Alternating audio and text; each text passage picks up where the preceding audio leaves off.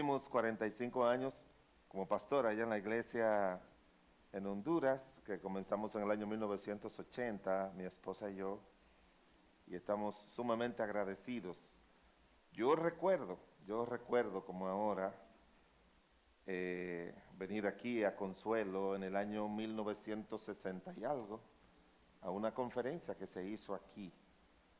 Y era cuando, bueno, yo era un niño, mi mamá siempre me traía a las conferencias, y recuerdo muy bien todo este pueblo y esta congregación y cómo Dios en su gracia la ha mantenido, la ha fortalecido y la ha multiplicado. Y esperamos en la gracia de Dios que sigan así. Estaba el pastor contando cuando iban bajando cada uno de los miembros del coro por los años, ¿verdad? Él sabe, él estaba haciendo ese ejercicio. Yo no sé cuánto él contó, pero yo fui contando más o menos por apariencia, y entre todo habían como unos 120 años.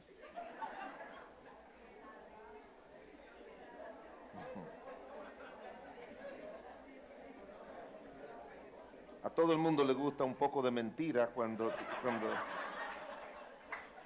tiene que ver con la edad, ¿verdad? Pero sí hay...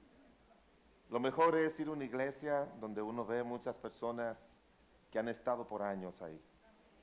Eso habla mucho. Y otros que uno no conoce, que han llegado a los pies de Cristo y el Señor en su gracia le ha añadido a la iglesia local.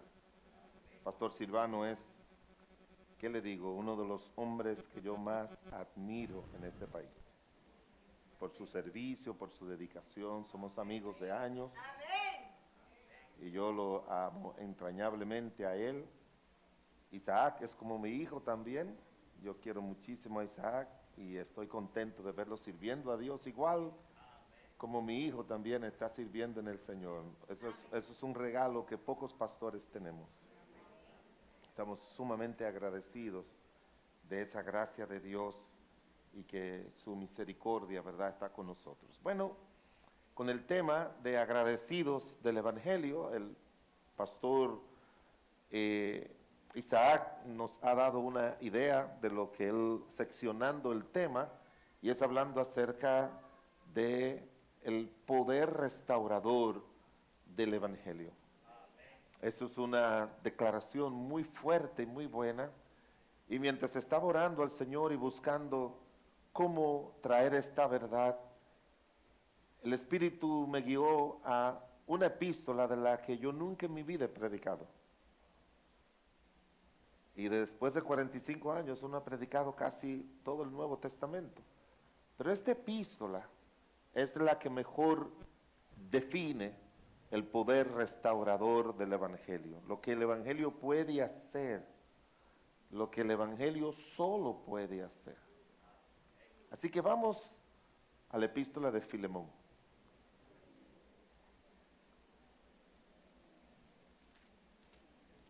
La epístola de Filemón es una epístola corta, pero de corazón le digo, ni me imaginaba, ni me pasaba por la mente todo el significado, y la he leído. Yo leo mi Biblia todos los años. Yo leo mi Biblia todos los años y siempre he leído esta epístola. Pero cuando uno entra a estudiar las Escrituras, usted encuentra cosas que no pensaba nunca en su vida que estaban allí. Y de eso queremos mirar acerca de cómo el poder del Evangelio puede restaurar muchas cosas. Y que Él está dispuesto, el Señor, a que siga restaurando muchas cosas en la vida de personas que no tenían ningún tipo de esperanza de que las cosas fueran bien en su vida, excepto si no hubiese sido por la obra misericordiosa de la gracia de Dios, llevando el Evangelio al corazón de alguien. El libro de Filemón, capítulo 1, versículo 10, en un solo capítulo, dice: te ruego por mi hijo Onésimo, a quien engendré mis prisiones. el cual en otro tiempo te fue inútil, pero ahora a ti y a mí nos es útil, el cual vuelvo a enviarte, tú pues recíbele como a mí mismo. Yo quisiera retenerle conmigo para que en lugar tuyo me sirviese en mis prisiones en el Evangelio. Pero nada quise hacer sin tu consentimiento para que tu favor no fuese como de necesidad, sino voluntario. Porque quizás para esto se apartó de ti por algún tiempo, para que le recibiese para siempre, no como esclavo, sino más que esclavo, como hermano amado y mayormente para mí, pero cuanto más para ti, tanto en la carne como en el Señor. Así que, si me tienes por compañero, recíbele como a mí mismo. Y si en algo te dañó o te debe, ponlo a mi cuenta. Oremos. Padre del cielo y de la tierra, Dios de toda gloria, de toda gracia, de todo honor, te bendecimos y te alabamos de una manera maravillosa, poderosa y especial por la obra tuya, mi Dios, a través de Cristo y el mensaje del Evangelio y todo lo que el Evangelio de Cristo es capaz de hacer cuando alguien acepta al Señor Jesucristo como su único y suficiente Salvador. Gracias por ello, Señor, por alcanzarnos sin buscarte, sin merecerlo. Pero tú viniste a buscarnos, Señor, tú viniste a buscar y a salvar lo que se había perdido. Te pido que en esta hora tu glorioso y poderoso y santo Espíritu traiga tu verdad como yo no lo puedo hacer, Señor. No soy capaz, nadie es capaz de explicar tu verdad, que no sea el Espíritu de Dios que tú has puesto a morar en nosotros, para que tu palabra sea viva y eficaz. Él es que la hace viva y eficaz, y ayúdanos para que esa eficacia se transforme en nuestras vidas. Que si hay alguna persona que todavía no ha experimentado esta obra completa del Evangelio de Cristo Jesús, Señor, esta sea su noche. A nosotros los cristianos podamos entender que esa obra continúa, Señor, continúa con la misma fuerza, que no ha terminado la obra del Evangelio, aunque ya hemos sido salvos, pero que ella continúa para bendecirnos, para que te podamos glorificar y servirte. Nos encomendamos a ti en el nombre de Jesucristo. Amén y amén. Gracias, pueden sentarse, hermanos. Hermanos, esta pequeña carta de apenas 25 versículos de la Biblia es diferente a todas las cartas que escribió el apóstol Pablo. No escribió él una carta tan breve como esta, tan corta como esta, ni tampoco pudiéramos decir en el aspecto de la salvación y la obra que hace el Evangelio, haciendo un extracto acerca de todo lo que puede hacer el Evangelio. La palabra clave aquí es cuando dice el apóstol Pablo, el Señor a través de él: yo quisiera retenerle conmigo para que en lugar tuyo me sirviese en mis prisiones por el Evangelio. Menciona el Evangelio. Y aunque el título, a quien fue dirigida la carta, no fue al protagonista de esta historia. La carta fue dirigida a Filemón. Filemón era un hombre que había recibido a Cristo como su Señor y Salvador, un colaborador del apóstol Pablo. Y en estos tiempos, él era pastor, había abierto su casa, y en su casa en Colosa, él era el que tenía una congregación allí. Allí era donde estaba Filemón, sirviendo al Señor junto con su esposa Apia, Arquipo, que era otro compañero de milicias del apóstol Pablo. Eran gente muy cercanas. Recuérdese que el apóstol Pablo era muy exigente con sus colaboradores. Él quería que sus colaboradores fueran personas dedicadas al Señor, fueran sus colaboradores gente santa, fueran sus colaboradores personas que trabajaran mucho por el Señor y que estuvieran dispuestos a sufrir y a morir por Cristo como Él estuvo en muchas ocasiones. Así hablaba de Epafrodito, que dice que estuvo a punto de morir. Así habla de Timoteo y de Silas, que fueron compañeros de prisiones. Y habla también de Filemón, pero él no le escribe a Filemón para hablarle algún aspecto de la vida cristiana. No le habla a él acerca de eso. No menciona aquí ninguno de los temas que el apóstol Pablo menciona en todas sus epístolas. Aquí es para hablarle de forma directa acerca de un hombre que él mismo había engendrado en sus prisiones, llamado Onésimo.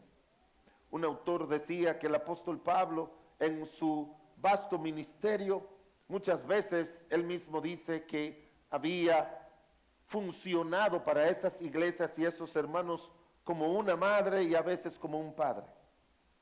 Él dice, aunque tengáis muchos padres, yo os engendré en el evangelio.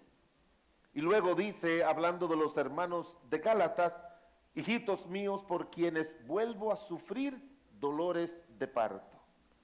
Así que él era papá y mamá para muchos de estos cristianos y para muchas de estas congregaciones a la que él escribió. Pero él está hablando acerca de una obra maravillosa, que este pequeño libro no nos dice todo lo que después, como veremos, la historia nos dice con respecto a la obra que Dios hizo con Onésimo.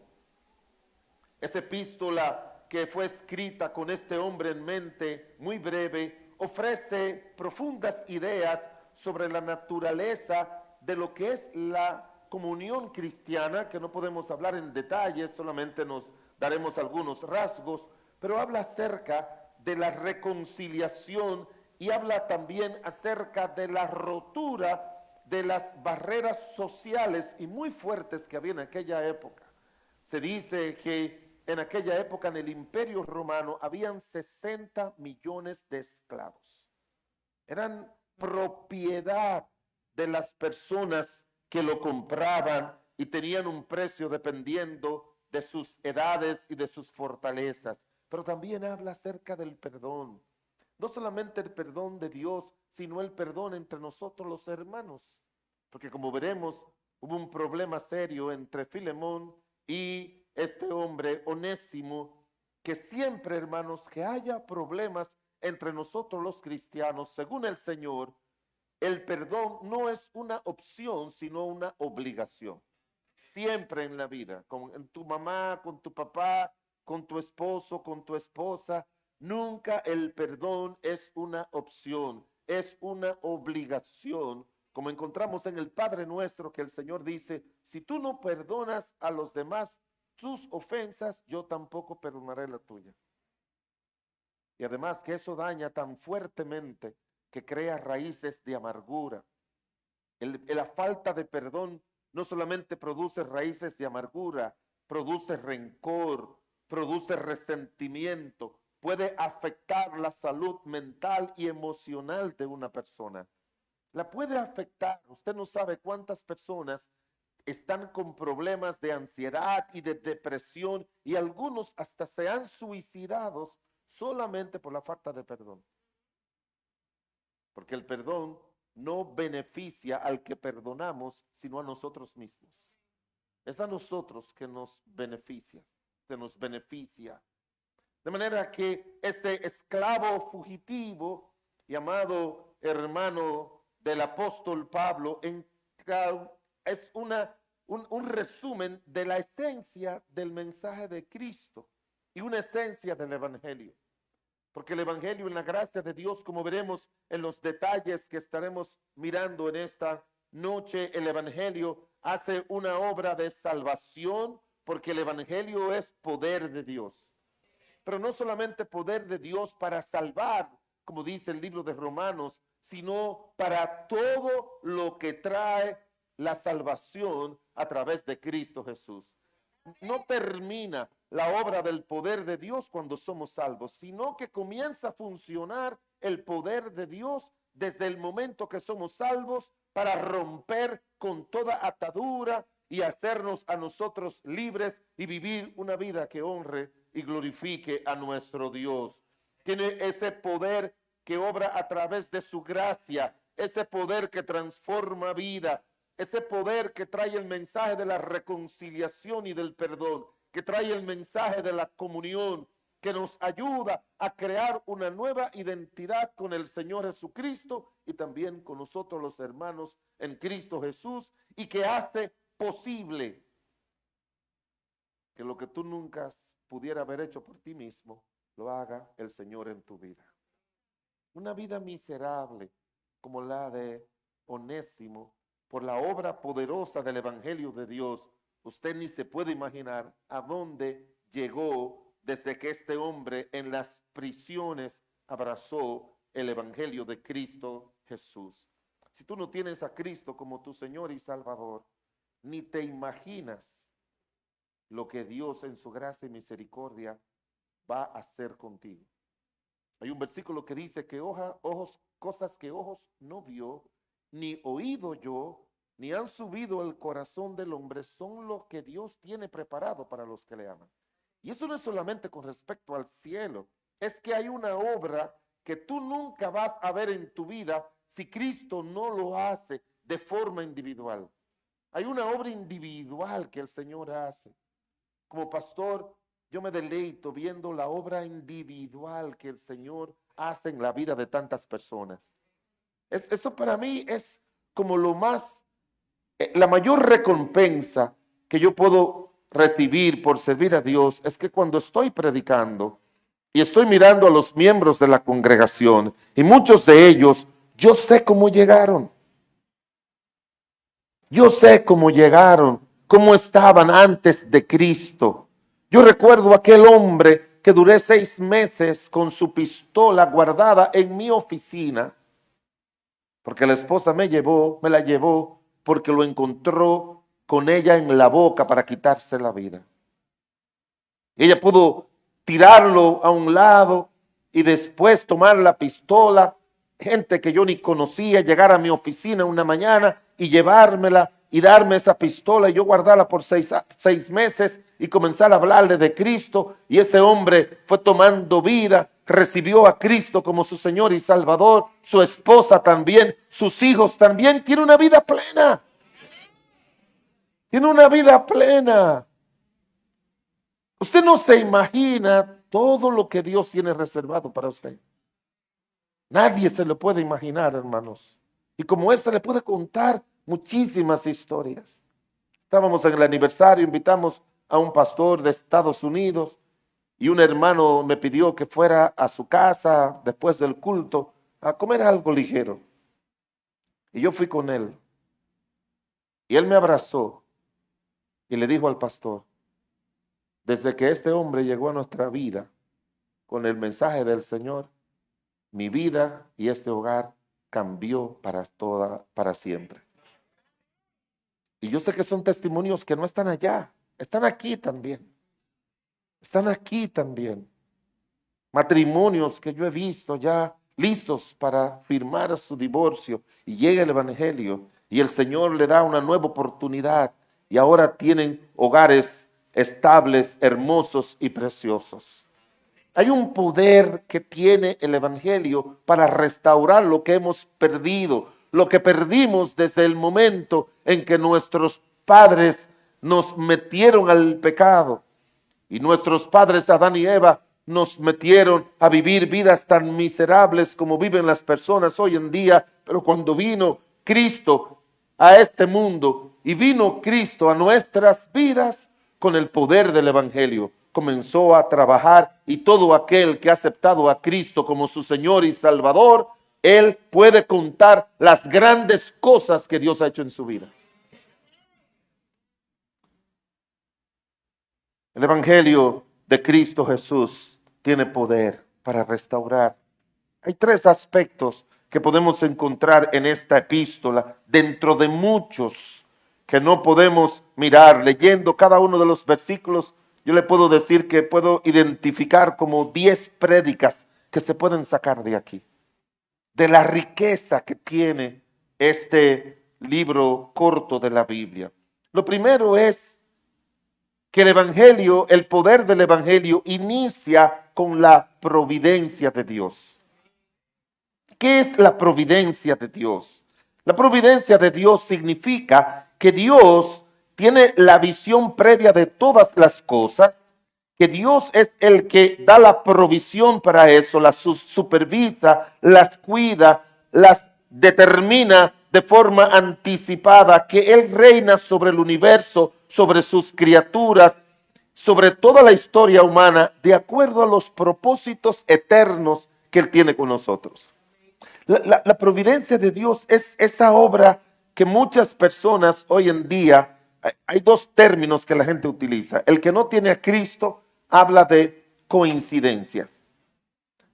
Algunos cristianos hablan de diosidencia, pero de verdad la palabra que mejor la define es la providencia de Dios. Porque Dios hace esos arreglos callados y silenciosos para beneficiarnos a cada uno de nosotros. Por ejemplo, entre Pablo y Onésimo fue una obra completa de la providencia de Dios. Era un esclavo fugitivo que fue encarcelado, y oiga lo que es la obra de la providencia de Dios. Lo pusieron en la misma cárcel que Pablo. Lo pusieron en la misma celda de Pablo, en el mismo tiempo que Pablo estaba ahí. Y a un hombre que donde quiera que él iba, predicaba el evangelio. Él dice en el libro de Filipenses, el capítulo 1, estando preso en la cárcel, dice: quiero que sepáis, hermano, que lo que me ha sucedido ha redundado para el progreso del evangelio. Estando preso,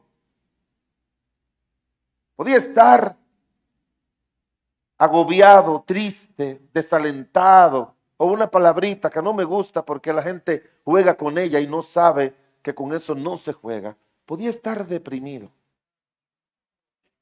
No me gusta, usted no sabe lo que es la depresión. Déjese ese relajito de que es que estoy un poco depre, que estoy como medio deprimido. No se juegue con eso. Yo prefiero ver a una persona con SIDA y no con depresión. Porque la gente que tiene SIDA quiere vivir, el depresivo se quiere morir. Y lo intenta y lo logra muchas veces exitosamente. Así que cuando usted le venga ese espíritu, esa actitud como que no. Recuérdense que el gozo de Jehová es nuestra fortaleza. ¿No se recuerda ese corito que dice: el gozo del Señor, mi fortaleza? El gozo del Señor, mi fortaleza es. El gozo del Señor, mi fortaleza es. Y su gozo sin medida Él me da. Y el apóstol siempre recuerda, quizás triste, pensaban ellos, desalentado, pero él mismo le escribe a los hermanos de Filipo desde la cárcel, le dice: regocijaos en el Señor siempre. Otra vez os digo, regocijaos.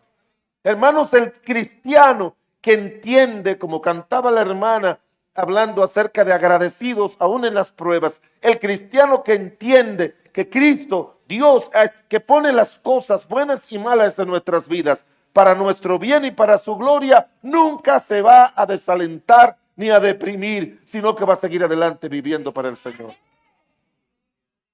Deje eso de que por todo que me siento así. No. En el nombre de Jesucristo, no lo haga. No lo haga. Hay gente que tenía en mente que la vida se queda en la cama sufriendo una enfermedad larga. Conocí a un hermano chileno ahí en Bolivia el año pasado. Me dijo que era un siervo de Dios, un misionero, y que comenzó a tener problemas y cayó en depresión y duró 7 meses en un cuarto que no quería salir. Qué pena eso. Me duele porque somos humanos y nos puede pasar a todos. Pero este hombre de Dios, el apóstol Pablo, en la cárcel, no estaba necesitado de psiquiatras ni de psicólogos. Él estaba allí para predicar el evangelio. Un autor dijo que cuando el apóstol Pablo lo agarraban y le ponían una esposa y le ponían un soldado, que ese soldado iba donde el capitán y le decía: por favor, no me ponga con él. Porque desde que se abría el sol hasta que se la quitaban la esposa, era hablándole de Cristo. Porque el cristiano bajo ninguna circunstancia se desalienta, sino que sigue adelante, que se fortalece en el Señor. Dice la Biblia que cuando David vinieron unos merodeadores y se llevaron a su familia y los demás soldados lloraban por sus hijos y dice que querían apedrear a David. ¿Sabe lo que dice el primer libro de Samuel, capítulo 30? Pero David se fortaleció en el Señor. Eso es lo que tenemos que hacer, hermanos. Fortalecernos en el Señor, como dice Efesios 6, y en el poder de su fuerza. Y aprender a levantarnos y cantar. Mire, yo creo que en la medida de que un cristiano acepta sus situaciones difíciles con gozo y alegría, Dios lo sana más rápido. Dios lo libera más rápido. Ese cristiano que no se queja, ese creyente que no está pensando que no me vinieron a visitar, que no me ayudaron, ese creyente que cree, como decía el apóstol Pablo, que el Señor le da la fortaleza y que no importa la circunstancia en que se encuentre, que el Señor está con él, que Dios no nos abandona, que se levanta cantando, que como dice un himno, que en el dolor es mejor cantar. Es mejor cantar. Pero mire cómo la providencia de Dios. Allí está un hombre preso. Y allá llega un esclavo que huyó y lo tomaron preso. La historia no nos dice mucho, lo que pude leer no nos dice mucho bajo las circunstancias en que cayó preso, pero en aquellos tiempos, cuando un esclavo huía de su amo y lo tomaban, podían inclusive la persona negociar con el amo para decirte, yo lo tengo aquí y te lo entrego por tanto, porque eran costosos. Así que este hombre sí tenía motivo para llegar desalentado y deprimido. Este hombre sí, yo me lo imagino a Onésimo así, pero el apóstol Pablo se le acercó y le dio el evangelio. Y él entendió que todo lo que le había sucedido a Onésimo, lo entendió, que Dios lo había arreglado para que estuviera en el lugar correcto, en el día correcto, en el momento correcto, para que el poder del evangelio, a través de la predicación de un varón de Dios, pudiera tener ese encuentro salvador. Onésimo fue el resultado, hermanos, de todo lo que Dios arregla para bendecirnos y ayudarnos. Él lo arregla todo. Él es que lo arregla. José llegó a Egipto porque sus hermanos le vendieron. Y cuando vio a sus hermanos, estaba lleno de amargura, lleno de rencor y de resentimiento. ¿Usted lo ha leído eso? ¿O no? Él estaba bien. Usted se equivocó si cree que estaba bien. Estaba mal. Le habló ásperamente a sus hermanos. Lo metió a la cárcel a uno. Le puso el dinero. Le hizo ir y dejar uno preso. Y lo mandó como espías. ¿Usted no ha leído eso? Se volvió cruel con sus hermanos. Pero un día, él se dio cuenta. Y le dijo a los hermanos, perdónenme como he sido con ustedes. Perdónenme. Es que yo pensaba que yo había venido aquí a sufrir por causa de ustedes. Y ahora yo entiendo, dice él, yo llegué al punto y comprendí. Dice, ahora pues no os entristezcáis ni os pese el haberme vendido. Oiga bien, no se sientan mal porque me vendieron.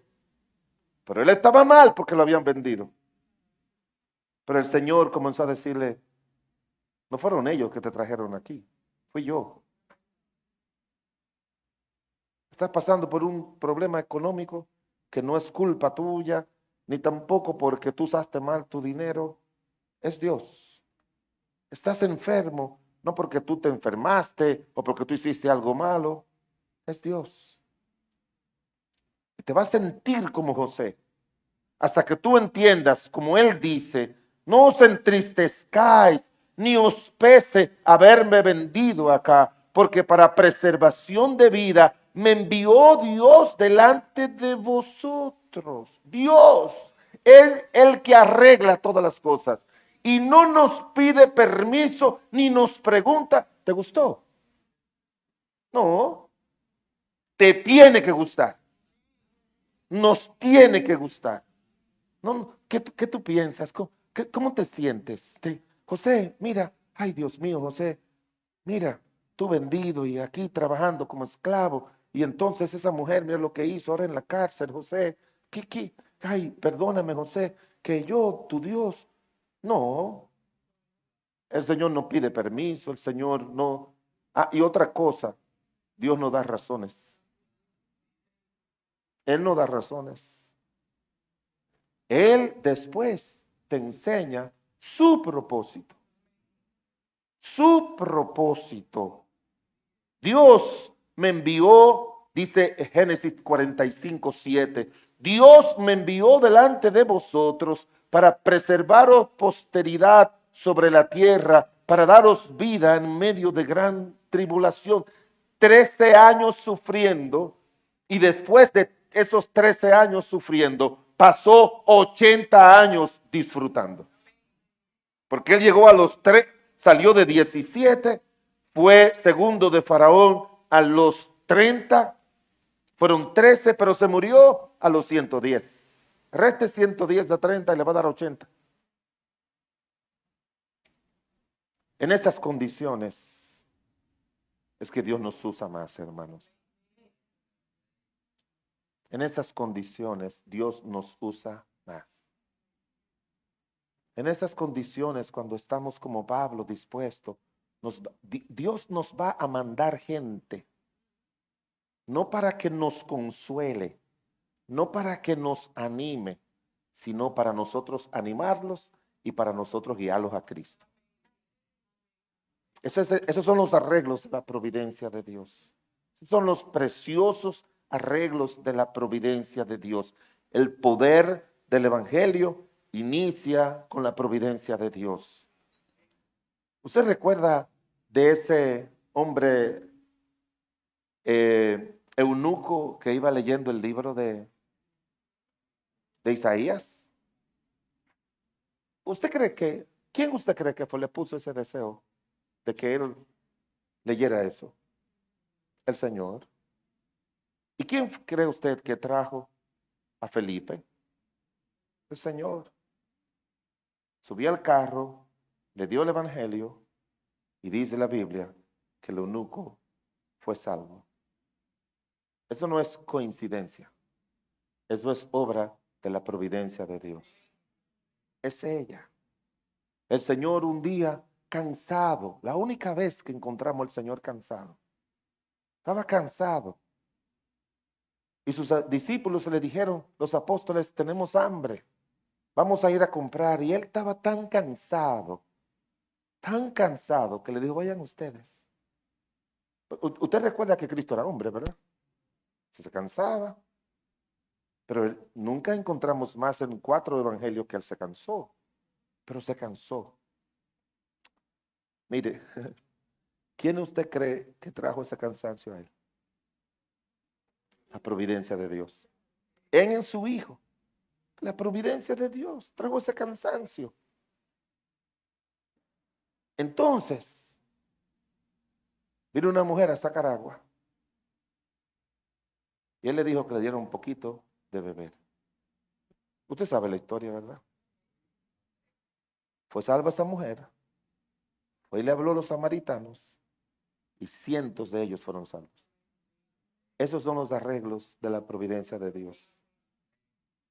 Uno cansado físicamente, pero no cansado de llevar el evangelio de Cristo. Un hombre preso, pero no amargado por estar preso, sino para ser usado. Dios nos va a usar para otros, dependiendo de cómo nosotros aceptemos los tratos de Él en nuestras vidas. De eso va a depender. El poder del evangelio inicia con la providencia de Dios. Mire lo que dice el versículo 15. Porque quizás para esto se apartó de ti por algún tiempo, para que le recibieses para siempre, ya no como esclavo, sino como más que esclavo, como hermano amado, mayormente para mí, por cuanto más, pero cuanto más por ti, tanto en la carne como en el Señor. Así que, si me tienes por compañero, recíbele como a mí mismo, y si en algo te dañó o te debe, ponlo a mi cuenta. Yo, Pablo, lo escribo de mi mano, yo lo pagaré, por no decirte que aún tú mismo te me debes. En segundo lugar, el poder del Evangelio se evidencia a través de la clemencia. No solamente es una obra de la providencia de Dios, sino que la providencia de Dios unió en el mismo tiempo, en la misma cárcel, que había muchas cárceles en Roma, y en la misma celda probablemente, y llevó allí a este hombre Onésimo para Dios mostrarle clemencia. ¿Sabe lo que me gusta de esa historia? Él era un esclavo. Era un esclavo. Y el esclavo no podía obtener la libertad por sí mismo. Según la historia, tenía que reunir una cantidad enorme de dinero. Él tenía que buscar más de 5,000 denarios, si no mal recuerdo lo que leí. ¿Y sabe lo que era un denario? El salario de un obrero de un día. Para él poder comprar su libertad. Y no podían. Así que él se parece a todos nosotros, que cuando el Señor nos encontró, todos éramos esclavos, no de Filemón, sino del diablo, de Satanás. Él nos encontró esclavos. Así lo dice la Biblia. El versículo que me sorprendí, que muchas personas allá en la capital me decían, yo estaba predicando en un sitio a mucha gente y me dijeron, yo no sabía que ese versículo se encontraba en la Biblia. Yo pensaba que esa frase, y conoceréis la verdad y la verdad los hará libre, era una frase de Juan Pablo Duarte. ¿En serio? ¿En serio? Allá me dijeron eso. No, eso no vino de Duarte, eso vino de el Señor Jesucristo. Y cuando los judíos le dijeron, nunca hemos sido esclavos de nadie, él le dice, se equivocan. El que hace pecado es esclavo del pecado. Y luego dice en 2 de Timoteo, para que escapen del lazo del diablo en que están cautivos a voluntad de él. Así que mi amigo, si tú no tienes a Cristo como tu Señor y Salvador, si Cristo no es tu Señor, el Señor tuyo se llama Satanás. Así como lo oyes. Y por eso dice, los deseos de vuestro Padre queréis hacer. Así que este hombre esclavo no se daba cuenta que había alguien que fue proclamado con el Evangelio, que fue Cristo, que vino a libertar, que vino a dar libertad. Y allí él encontró que la libertad no era dejar de ser esclavo de un hombre, sino ser esclavo de Satanás y del pecado. Y allí encontró al apóstol Pablo. Y Pablo le predicó el Evangelio. Hermanos, se lo digo de todo corazón.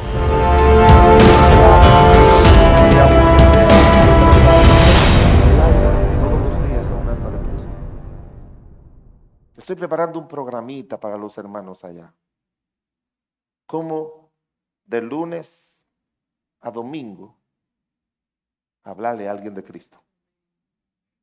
Ya se lo anuncié y lo estoy terminando de elaborar. Y usted se va a sorprender que todos nosotros podemos hablarle a alguien de Cristo todos los días. Alguien, de diferentes maneras. Podemos trabajar por la salvación de las almas, porque esa es la labor que Cristo vino a hacer. ¿Sabe por qué Él murió en la cruz del Calvario? ¿Sabe por qué? Porque Él vino a buscar y a salvar lo que se había perdido. Fue por eso.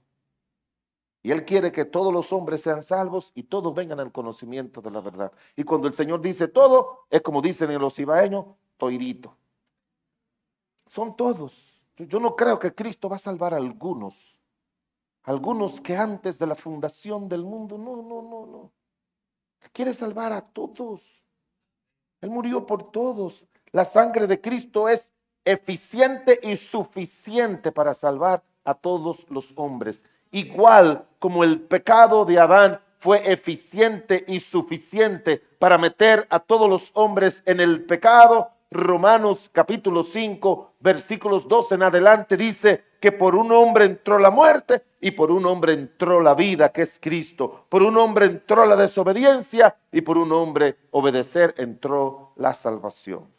Si Adán nos metió, tuvo el poder, por decirlo así, de meternos a todos en el pecado, Cristo tiene el poder para sacarnos a todos del pecado. A todos, no a algunos, porque el Señor no tiene favoritos. Pero mi amado hermano, esa es una obra de la clemencia de Dios, porque no lo merecíamos. Yo no sé usted, pero cada mañana yo tomo tiempo para darle gracias al Señor. Antes, como yo nací en el Evangelio y crecí en el Evangelio, antes yo me acuerdo como ahora, que cada vez que en las iglesias decían, ¿quién tiene una palabra de testimonio? La gente se paraba y decía, hermanos, yo le doy gracias a Cristo por la salvación. Es por ahí comenzaba.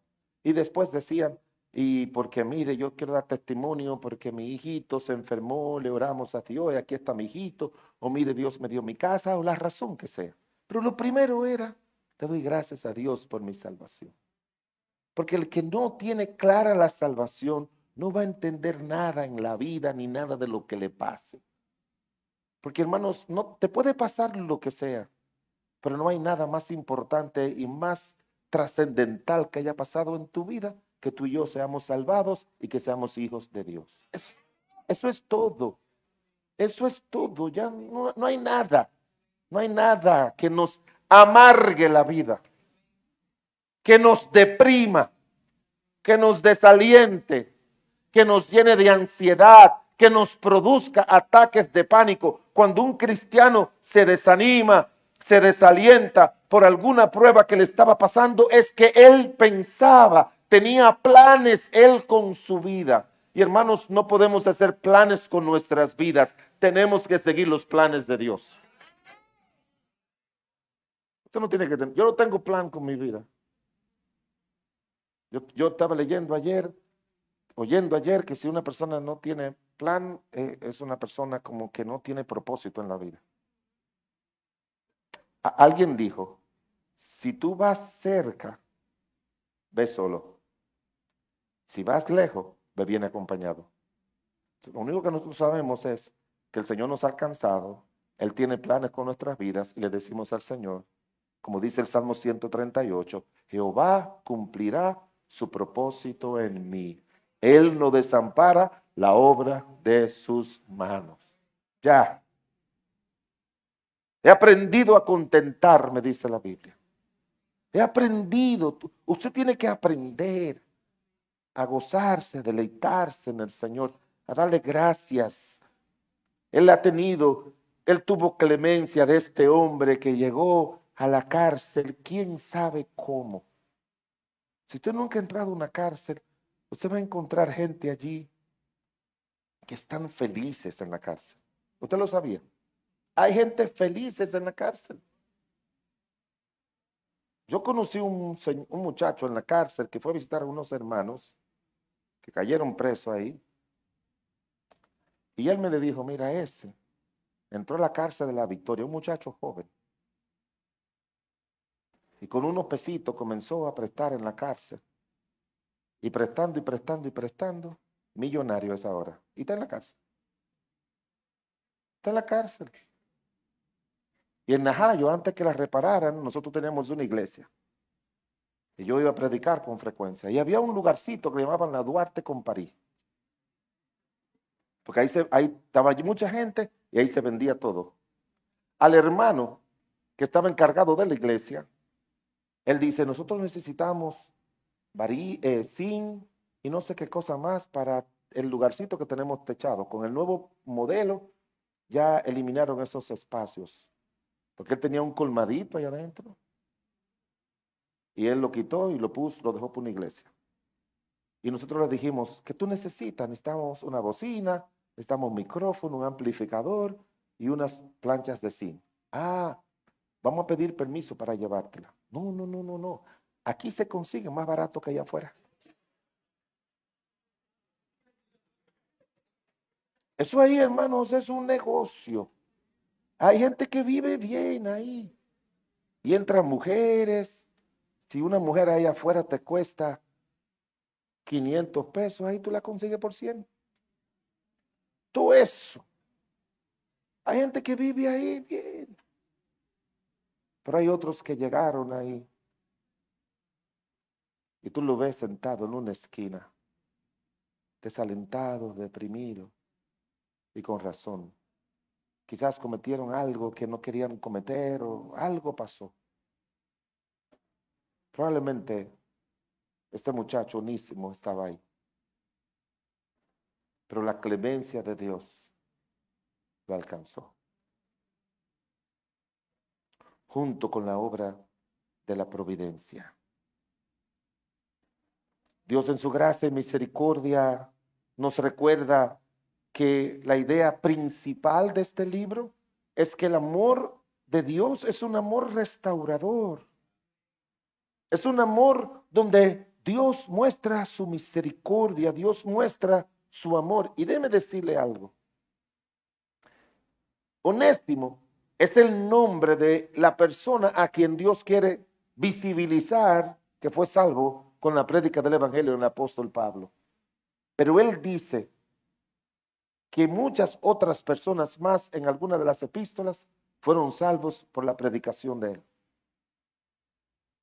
Porque ese es el mejor lugar o los mejores momentos para que una persona pueda llegar a los pies de Cristo y recibirle como su Señor y Salvador. Esos que tienen ese corazón duro, probablemente Onésimo estaba amargado por el rigor de la esclavitud, porque lo trataban mal. Y él pensaba que nunca iba a poder salir de ahí. Y cuando se escapa, y aparentemente parece que le robó dinero a Filemón, por algunos escritos dicen eso, y se fue, y él pensaba que así podía estar libre, cae en la cárcel. Eso es lo que hoy en día se habla de fatalidad. Le robé, me escapé. ¿Sabe lo que dice la historia que enseñaba la Iglesia Católica? Que los esclavos le podían robar a sus amos como una forma de compensación social. Era, si tú le puedes robar algo, róbale. Porque eso es una manera de tú compensar lo que ellos no te están pagando a ti. Pero hermanos, Dios no obra así.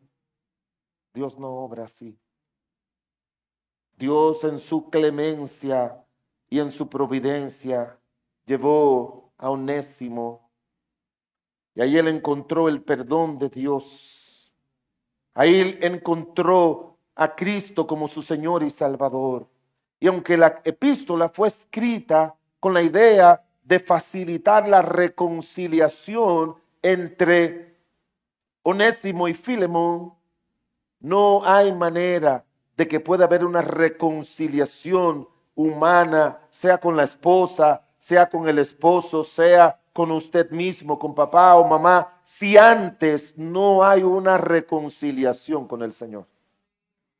O sea, él pudo salir, irse, reconciliarse, porque primero se reconcilió con el Señor. Así que hermanos, esa es la clave. No arregle nada por usted mismo antes de ir al Señor. El hijo pródigo fue recibido por su padre, pero lo primero que él dijo, he pecado contra el cielo. Él arregló su asunto con el cielo. Arregle sus problemas con alguien, pero arréglelo primero con el Señor, para que el Señor le facilite que usted lo pueda arreglar con los demás. Porque cuando él fue con esa actitud, pudiera ser, no estoy quitándolo ni poniendo en la Biblia, pudiera ser que el padre estaba bien enojado, que el padre estaba esperando que ese muchacho viniera o se muriera o algo le pasara. Pudiera ser, digo. ¿Y sabe por qué pienso así? Porque dice la Biblia que cuando su padre lo vio, usted recuerda lo que dice la Biblia, fue que, si usted sabe un poquito de gramática, no fue que él fue misericordioso, sino que Dios lo movió a misericordia. Dios fue que lo movió porque vio que ese muchacho había arreglado sus cosas con él primero y que estaba dispuesto entonces a arreglarlo con su papá. Y por eso preparó el corazón del papá para que igual como su hijo delante de Dios alcanzó misericordia, él también fuera misericordioso con él. Porque la Biblia dice allá en el Sermón del Monte, sed pues misericordioso como vuestro Padre que está en los cielos es misericordioso. A veces hay personas, me llegan a la mente personas que han dicho cosas injustamente por diferentes razones. Nosotros los pastores tenemos que sufrir eso. Y en un momento el Señor como que me dijo, y si esa persona viene aquí, ¿qué tú vas a hacer? Lo mismo que tú hiciste conmigo. Y si necesita ser ayudado, lo voy a ayudar. Porque uno tiene que, la vida cristiana, hermano, no es pasar muchos años. Hay mucha gente que tiene muchos años en la iglesia, pero no muchos años en el Señor. Yo me doy cuenta. ¿Cuántos años tú tienes de convertido? 30. Me parece que tiene 30 años de convertido y 10 o 5 o 2, a veces ninguno en el Señor. Y cuando me refiero en el Señor, es que cuando el Señor salva, transforma. Y a veces hay cristianos, hermano, como que parece que no lo son. Que son difíciles de tratar. Que son cristianos incómodos, que son cristianos esposas. Yo recuerdo un hombre, leí una fábula, ¿sabe lo que es una fábula? Una historia inventada. Tenía una esposa difícil. Pudo haber sido el esposo también. No quiero que lo vean como algo peyorativo, pero así es que dice la historia de esa fábula. Entonces ese era un hombre manso y humilde, pero esa señora era fuego consumidor. Y duraron 40 años casados y ese hombre aguantó por amor al Señor. Y lo aguantó. Y la señora murió. Unos años después, dice la fábula, el Señor murió. Ella se enteró en el cielo de que su marido había muerto. Preguntó a los ángeles dónde estaban. Y cuando lo vio, fue a darle un abrazo, mi amor. Y le dijo, esto era hasta que la muerte nos separe. Yo no voy a seguir en eso. A veces eso sucede. A veces eso sucede. Y puede pasar con hombres que, como dice la Biblia, son ásperos y difíciles. Que son como Nabal. ¿Usted ha leído de Nabal? Que era un hombre duro y de malas obras. Era duro. Y mire, el que es duro con su esposo y el que es duro con su esposa y duro con los hijos y duro con los hermanos de la iglesia y es duro con todo el mundo, eso molesta a Dios. Y cuando Abigail fue y le dijo, mira mi amor, yo fui donde David, que él venía a matarte y entonces yo lo persuadí y le llevé comida y no te mató a ti y a los de la casa. Y dice la Biblia que su corazón se quedó como una piedra. 10 días después, el Señor se lo llevó. Si usted tiene un marido duro, hágale así. 10 días, papá. Señor, 10 días, Señor. Y sáquele un corito. Los 10 días vienen ya. Sáquele un corito. Porque Dios se molesta con la gente que de una manera u otra no lo representa dignamente aquí en la tierra. Y la vida del cristiano no son los años que tienen en el Señor, sino los años que Dios tiene transformándolo y haciéndolo un hombre y una mujer de Dios para su gloria y su honra. Ese hombre recibió la clemencia de Dios por los arreglos de la providencia de Dios. Y mire el versículo 11 lo que dice. El cual en otro tiempo te fue inútil, pero ahora a ti y a mí nos es útil. Tercer y último lugar, hermanos, el poder del evangelio continúa con la presencia de Dios, con la obra de la presencia de Dios. Se encontraron por su providencia, fue salvo por su clemencia, pero la obra de Dios, la presencia de Dios, le ayudó a ver todo lo que Dios tenía para él. Este esclavo fugitivo, perdonado, restaurado, se convirtió entonces al llegar a la casa de Filemón y hacer esa reconciliación que Dios hace, se convirtió en ser parte de la iglesia de Colosa. Y oiga esto, hermano, no lo dice la Biblia, pero lo dice la historia.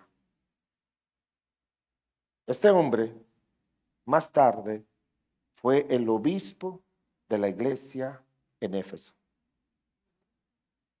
Y dicen algunos eruditos como Bruce que han sugerido que Onésimo fue vital para recoger y preservar todas las cartas del apóstol Pablo.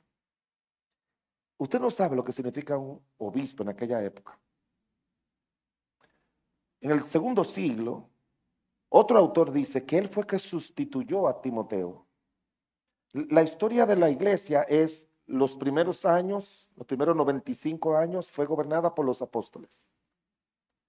En el segundo siglo fue por los padres de la iglesia. Los padres de la iglesia se le llaman a aquellos que quedaron, pero que fueron formados por los apóstoles.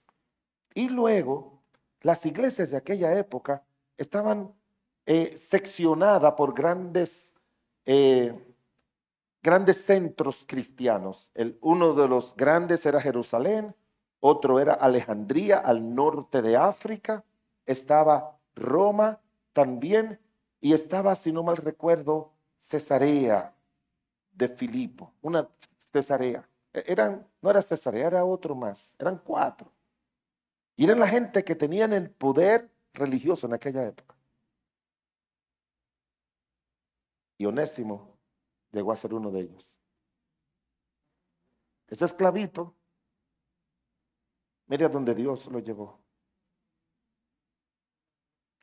¿Y sabe por qué el apóstol Pablo se apegó tanto a él? Porque el mismo Pablo, en una de sus epístolas, él dice, habiendo yo sido antes blasfemo, injuriador y perseguidor de la iglesia, pero Dios me mostró misericordia y por su gracia soy lo que soy, dice en 1 de Timoteo. Cada vez que él encontraba una persona mala, él le predicaba, porque él decía, no existe alguien más malo y dañino para Cristo que yo.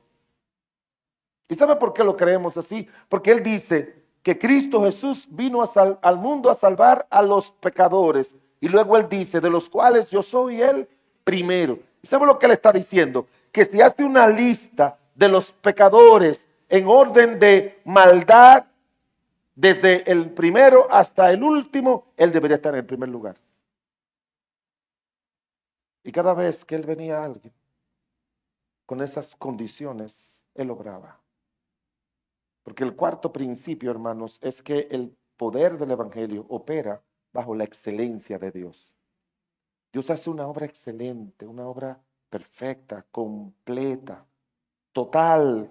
Él lo hace en nuestras vidas, nos salva, nos reconcilia con los demás, nos hace miembros de su iglesia y del cuerpo de Cristo, nos enseña a servirle.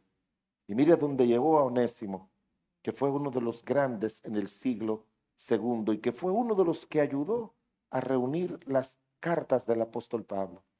En aquellos tiempos, las iglesias no tenían el Nuevo Testamento en el siglo segundo, fue en el 379, por ahí que se pudo hacer lo que se llama el canon del Nuevo Testamento, pero para ellos saber las enseñanzas de los apóstoles en ese segundo siglo y tercer siglo, una iglesia decía, mira, yo tengo una carta de Pablo y conseguían copias y ellos tenían copias aisladas de cada una de las epístolas de Pablo y de Pedro. Y después, cuando tuvieron las que están aquí, estas son las que están inspiradas. Porque si usted no lo sabía, el apóstol Pedro y Pablo escribieron muchas otras epístolas. Y una epístola, si usted no sabe el término, es una carta. Un pastor estaba predicando en su iglesia y hizo esa aclaración. Y dijo, hermanos, las epístolas son cartas. Y una hermana se paró allá afuera y le dijo, pastor, gracias por la aclaración. Yo tenía entendido otra cosa de lo que era una epístola. Y el pastor le dijo, ¿y qué usted pensaba? Bueno, siempre decían la epístola de Pablo. Yo pensaba que las epístolas eran la esposa de los apóstoles. Porque como que suena, ¿verdad? Pero no, eran cartas escritas para las iglesias. Y la tenían allí, se la coleccionaban y fue después que se pudieron determinar cuáles fueron aquellas inspiradas por el Señor dentro de todos los escritos, siendo algunas de ellas, de todos los escritos, y hay el Evangelio de Pedro, hay el Evangelio de otros más, pero el que tenía más renombre toda la vida fue el de Mateo, y la epístola que tuvo más problemas para ser aceptada fue Santiago. Ellos creían que Santiago no, pero al final lo aceptaron como una epístola inspirada y claro que lo es. De manera, mis amados hermanos, que ese poder restaurador del Evangelio se encuentra claramente establecido aquí en esta historia que, como le dije, tiene muchas cosas todavía que nos enseña. A mí me gusta mucho cuando él le dice, recíbelo por cuanto ahora nos es útil. Porque hermanos, no somos útiles hasta que Cristo no viene a nuestras vidas. Y hasta que no nos dejemos transformar por Cristo. Hay muchos miembros en la iglesia que Dios nos usa, que no pueden ser útiles hasta que el Señor no lo transforma.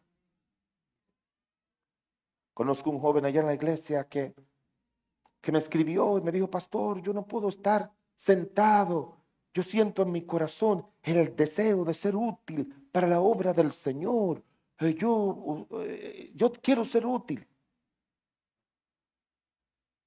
Pero hermano, tiene un pésimo testimonio. No puede ser útil así. Tú primero tienes que ser cambiado por el Señor, transformado por el Señor, para que tú representes al Señor, no con lo que tú haces, sino con lo que tú eres. Tres cosas nosotros necesitamos como cristianos para crecer. Primero, conocer, no se te olvide eso, conocer. Lee siempre la Biblia, ven a la iglesia para que conozca del Señor, para que conozca de su palabra, para que conozca los atributos de Dios, los mandatos de Dios, las exigencias de Dios. Primero es conocer. Y después de conocer, la otra palabra es ser. Dios quiere que tú seas. Que tú seas ese hombre, como le dijo Cristo, aprended de mí. No aprendan de mí a hacer milagros, no aprendan de mí a predicar, no aprendan de mí a multiplicar el pan, no aprendan de mí a enseñar. Aprended de mí lo que me interesa, que sea manso y humilde. Y después que tú, primero viene conocer, luego ser y en tercer lugar, hacer. Hacer. Esos dos son los primeros y son los que determinan esto. ¿Sabe que cuando yo comencé el ministerio era tiempos de mucha competencia ministerial? Estaba ligado con un grupo, con iglesias y jóvenes en el Instituto Bíblico Quisqueyano, donde yo me estudié y me gradué. Y habían buenos muchachos, algunos de ellos pastores de renombre en esa época. Algunos se graduaron, otros no se graduaron. pero habían muchos pastores de renombre. Pastor Sugel Michelén, un buen siervo de Dios. No coincidimos en todas las doctrinas, pero es un buenísimo varón de Dios, buenísimo amigo mío de años. Estudió allá y otros muchos más. Había mucha competencia. Yo leí un librito que se llamaba El desarrollo del varón de Dios. Y ese librito me cambió la vida. Porque todos queríamos ser grandes ganadores de almas, grandes predicadores. Leí los discursos a mis estudiantes de Carlos Spurgeon. Leíamos biografía. 3 meses de la iglesia que comencé, 12 almas bautizadas, muchos de ellos todavía están en el Señor, y fue en el año 1980. Y les enseñaba teología y le ayudaba a los jóvenes, les guiaba a predicar, salíamos a hacer campañas, hacíamos de todo. Y ese librito dijo que el apóstol Pablo se preocupaba más en ser mejor cristiano que mejor apóstol. Y yo dije, así va a ser yo. Porque tú nunca vas a hacer más, por más que haga. Dios no va a hacer más a través de ti que lo que tú eres como cristiano. Si tú eres un cristiano de ese tamaño, va a ser un pastor de ese tamaño. Pero si tú llegas a ser un pastor un cristiano de ese tamaño, va a ser un pastor de ese tamaño. Tú nunca y yo vamos a hacer más de lo que Cristo ha hecho en nosotros como hijo de Él. Igualmente como esposo, igualmente como esposa, como padre, como madre, como miembro de la iglesia.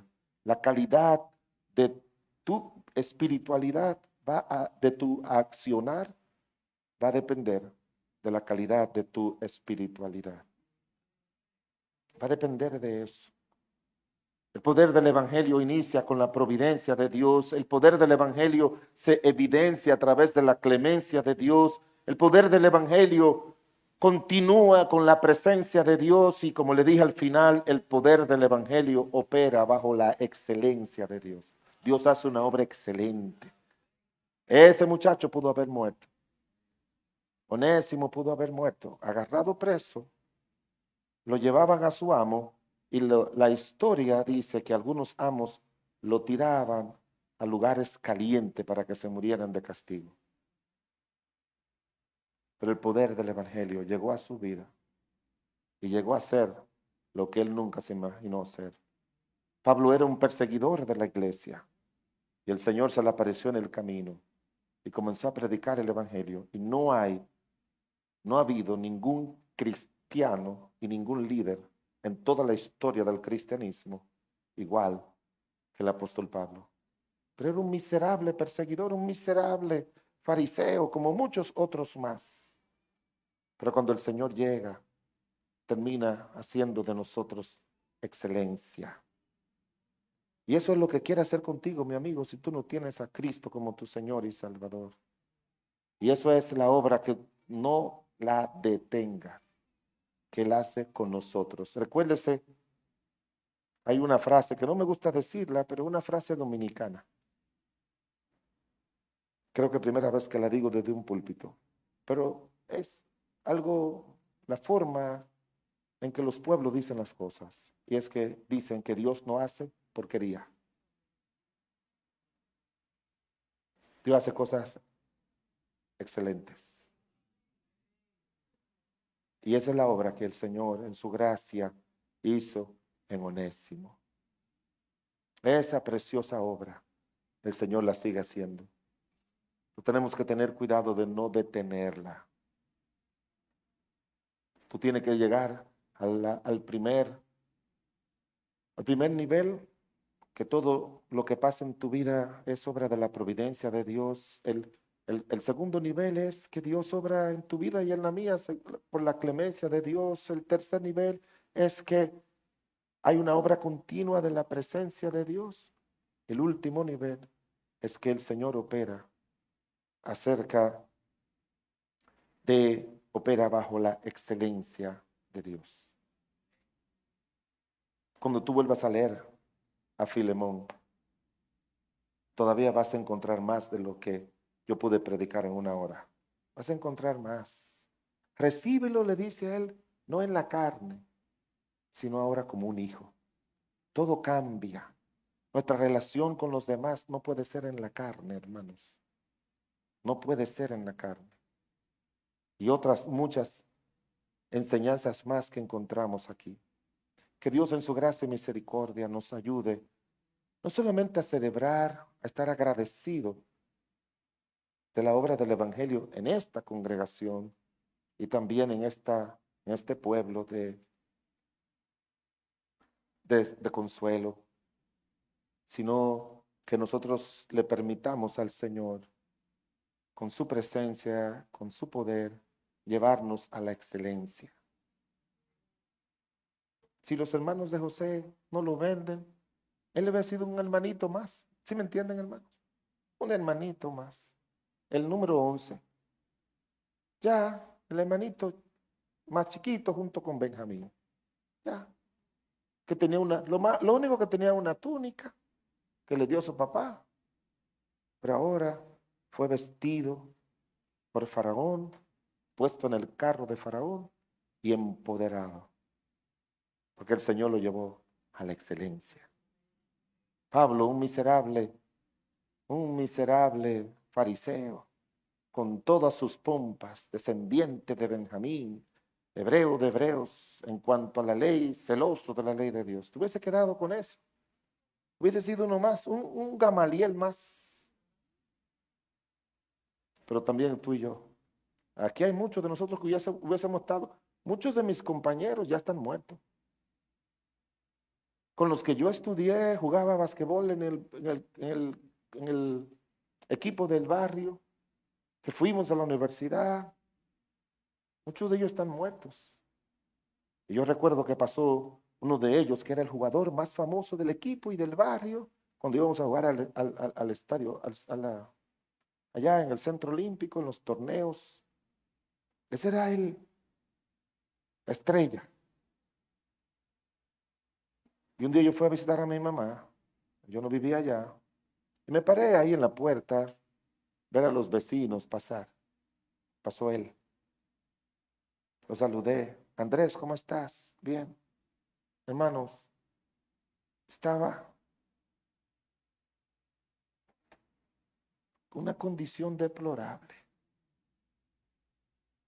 Y comenzó a preguntarme, ¿fuiste a la universidad? Sí. ¿Te graduaste? Sí. ¿Y tú? No.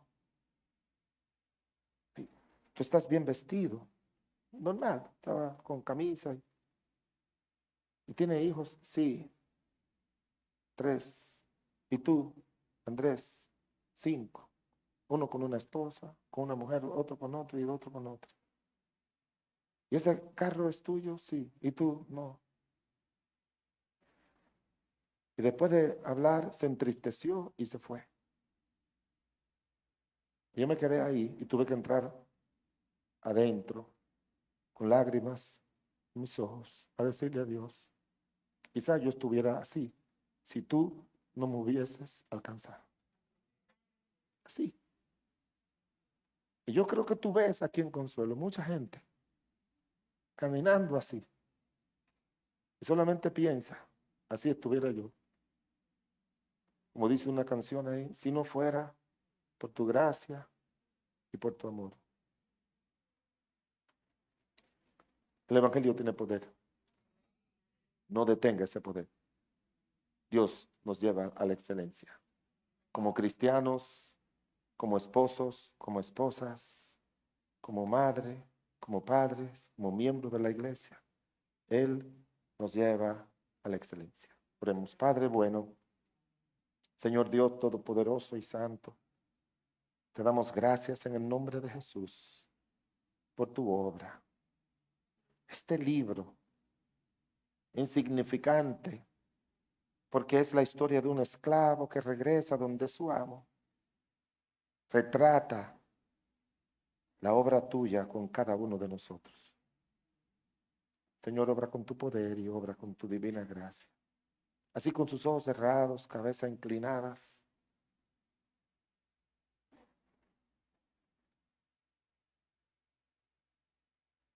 Yo no sé cuántos cristianos dirán, pastor, yo percibo como que Dios no está haciendo su excelencia conmigo. Que he detenido el poder del Evangelio. Yo quiero decirle a Dios, perdóname, pero obra con tu poder, santifícame, transfórmame. Que sea evidente la obra tuya a mí y a los demás. Si esa es tu decisión, ¿por qué no le oras al Señor y se lo pide? Sé valiente, ponte de pie y órale a Dios. Dile, Señor, aquí estoy.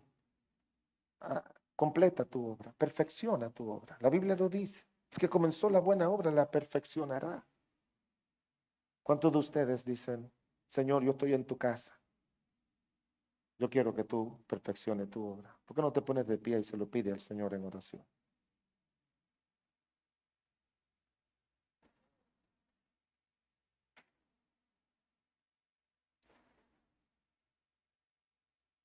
No sea oidor, no sea oidor, no sea oidor, no sea oidor solamente. Si no estás, si no toma decisiones, para mí, he predicado sobre eso. No, perdóneme lo que voy a usar esa palabra, pero la frase mágica, aunque usted entiende lo que quiero decirle, más grandes que yo veo en la Biblia, es lo que dijo el hijo pródigo: me levantaré e iré. Esto no es asunto de yo sé, esto es un asunto de yo voy a hacer. Me voy a levantar y voy a hacer. ¿Cuántos más dicen, quiero levantarme en el nombre de Jesús aquí y salir de aquí para ser, ya he conocido, ahora quiero ser, para luego hacer la voluntad de Dios en casa, en el trabajo y donde quiera que me encuentre? Amén, por los valientes. Quizás, mi amigo, tú no tienes a Cristo, mi amiga, como tu Señor y Salvador. Que tu vida es una vida sin sentido y sin valor. Y esta hora quiere decirle al Señor que venga a tu corazón y te salve, y te perdone y te dé la vida eterna. Habrá alguien aquí que dice, yo quiero recibir a Cristo como mi Señor y Salvador. Yo quiero comenzar con Él. No importa que tenga 10 años, 15, 30, 50, 70. No importa. Hay un día de gloria que va a comenzar en la tierra y termina en su gloria. Habrá alguien así, pastor, yo quiero recibir a Cristo. Ore por mí, déme ver su mano bien alta si hay alguien así. Una dama, un joven, una joven. Quiero que Cristo venga a mi corazón y me salve. Yo creo firmemente que podemos llamar a los pecadores a la salvación.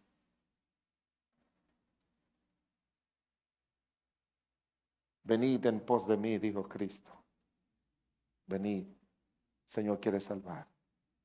Padre bueno y misericordioso, sigo obrando con tu poder en cada vida aquí. Hay un día, Señor, en que todo cambia, por lo que leímos, por lo que oímos, o por un encuentro contigo, Señor. La vida de Ana cambió de depresión, de tristeza. Cuando fue a la casa de Dios, derramó su alma delante de Dios, se levantó y ya no estuvo triste. Y Dios le concedió lo que le pidió y más. Señor, obra con poder en la vida de cada hermano, para que en su hogar esta noche, al llegar, se arrodille, le diga, Señor, perfecciona tu obra. Guíame a esa excelencia. Ya me libertaste, me trajiste a ti por tu providencia y tu clemencia. Tu presencia está conmigo, pero quiero que tú me guíes a la excelencia como tú hiciste con este esclavo.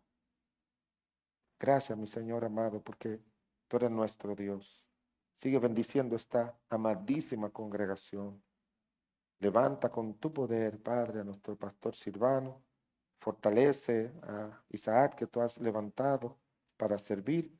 Y Padre, me deleito viendo a esos hombres y mujeres que por años están sirviendo en esta iglesia. Mantén esta iglesia unida a ti unida para uno para con el otro y unida para alcanzar a los perdidos a Cristo. A ti sea la gloria y la honra en el nombre de Jesús. Amén. Que Dios le bendiga, hermanos.